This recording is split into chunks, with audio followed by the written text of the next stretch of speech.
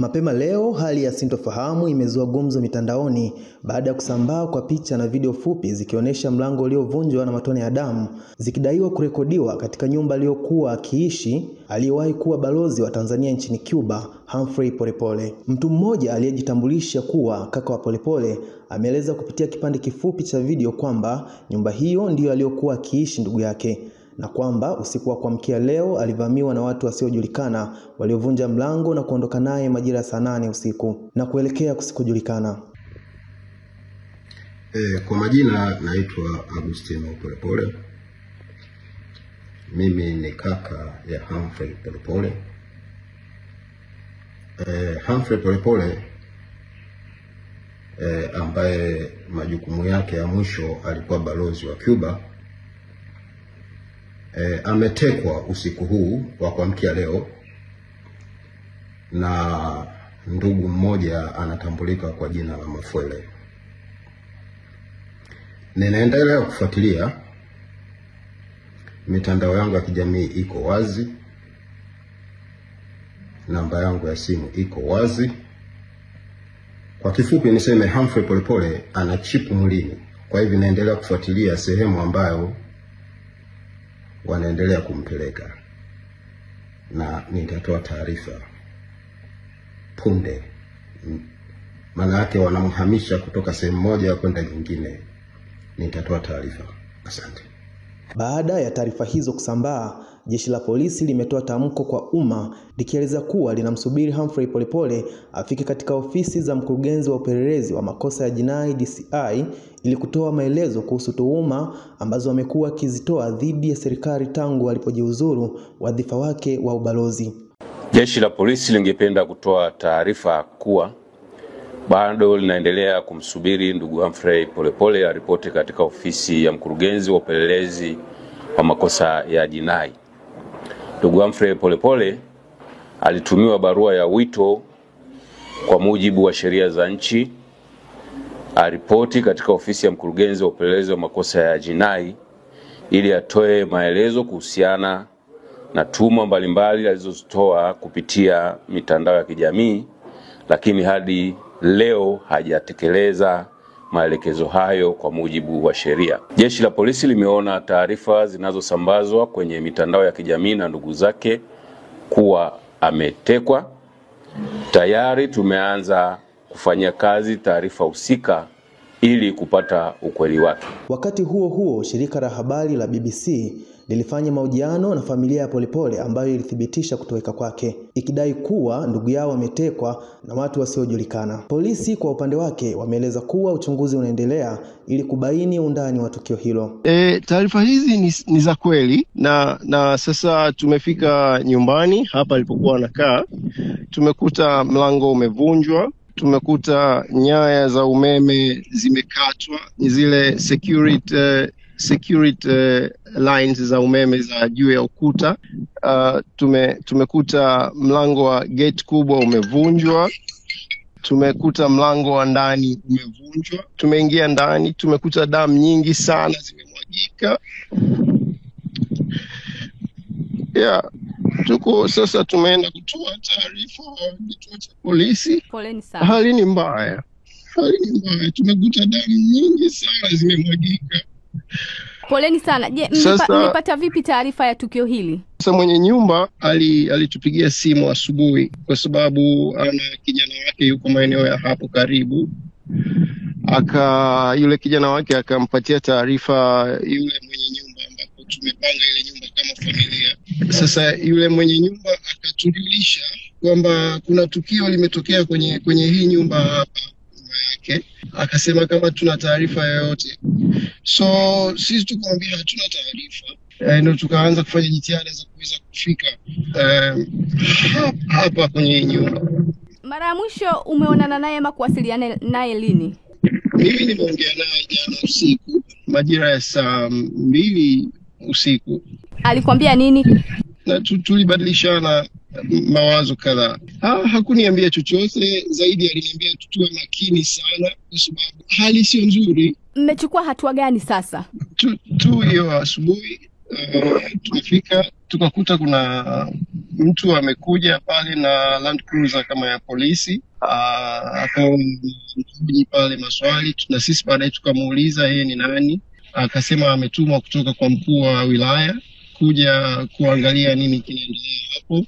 Akasema yeye si mtu wa polisi, yeye ni mtu kutoka kwa mkuu wa wilaya. Na sasa tuko kituo cha Mbweni, tunaripoti hapa Mbweni.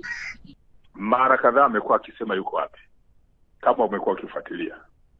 Sasa kama yuko nje ya nchi, anawezaje kufanyiwa hicho unachokisema nyumbani kwake? Unajua kuna vitu vingine lazima tufikiri wote kwa pamoja. Ndio nikuulize wewe na mimi tuulizane.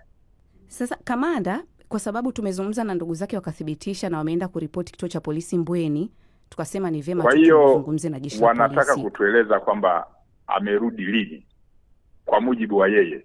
Mwezi uliopita. Na kweli unathibitisha alirudi? Mimi siwezi kuthibitisha, ila ndugu ametueleza kwamba walionana naye mwezi uliopita. Labda kwa kifupi sana. Naam. Taarifa hiyo kama unavyofuatilia wewe na mimi naifuatilia kutaka kujua ni nini.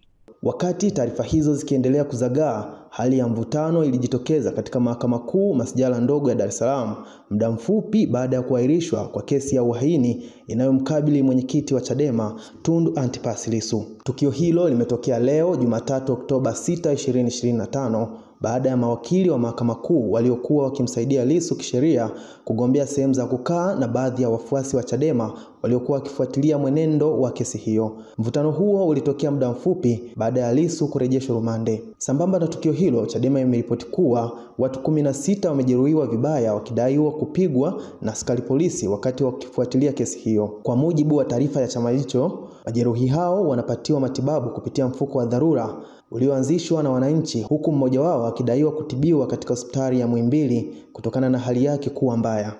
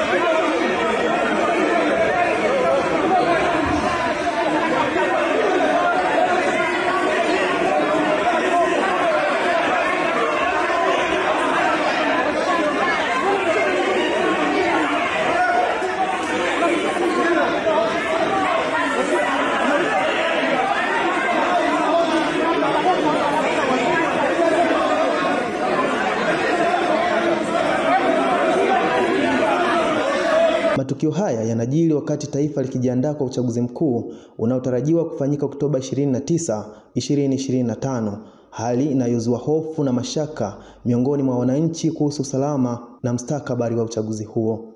Kwa mujibu wa mtafiti wa Human Rights Watch kanda ya Afrika Nomatamsanka Masiko Mpaha, mamlaka nchini Tanzania zinapaswa kuchukua hatua za haraka kulinda heshima ya uchaguzi wa mwezi Oktoba ambayo hadi sasa inaonekana kuwa hatarini.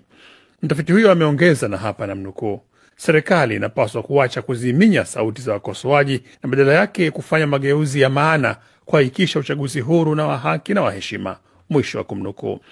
Katika ukusanyaji wa takwimu za ripoti hiyo iliyopewa jina la ukandamizaji mkubwa unatishia uchaguzi, Human Rights Watch inasema ilizungumza na watu 24 baina ya mwezi Julai na Septemba mwaka huu, miongoni mwao wakiwa wanaharakati wa asasi za kiraia, wanasheria, viongozi wa dini, wasomi, waandishi wa habari na wanachama wa vyama vya upinzani, wakiwemo wahanga 8 wa udhalilishaji kutoka Tanzania bara na Zanzibar.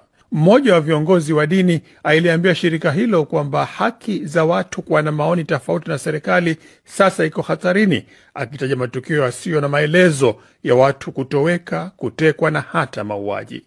Human Rights Watch imesajili angalau matukio 10 ya watu walioshambuliwa, kutekwa na ama kuteswa, huku ikitaja athari za moja kwa moja za udhibiti mkali wa vyombo vya habari na mitandao ya kijamii. Katika mkasa tarehe 2 mwezi Mei, watu wasiojulikana walimpiga na kumteka mwanaharakati mashuhuri wa upinzani Mpaluka Nyagali maarufu kama Mdude nyumbani kwake Mbeya, kusini magharibi mwa Tanzania, lakini juhudi za mkewe kuitaka mahakama kuu ingilie kati kumtafuta mumewe zilitupiliwa mbali mnamo tarehe 9 Julai na hadi sasa hafahamiki alipo.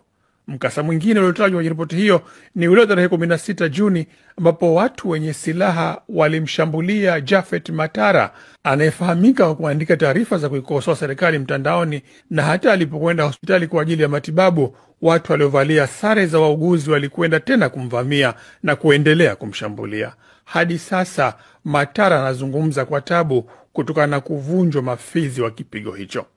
Kuelekea uchaguzi wa Oktoba 29, tume huru ya uchaguzi imemwondosha mgombea wa urais wa upinzani chama cha ACT Wazalendo Luhaga Mpina, huku wafuasi wa chama kikuu cha upinzani ambacho kimeamua kutoshiriki uchaguzi huo, Chadema, wakiandamwa kila mara jeshi la polisi. Kiongozi wao Tundu Lissu anakabiliwa na kesi ya uhaini na anapigania haki yake mahakamani.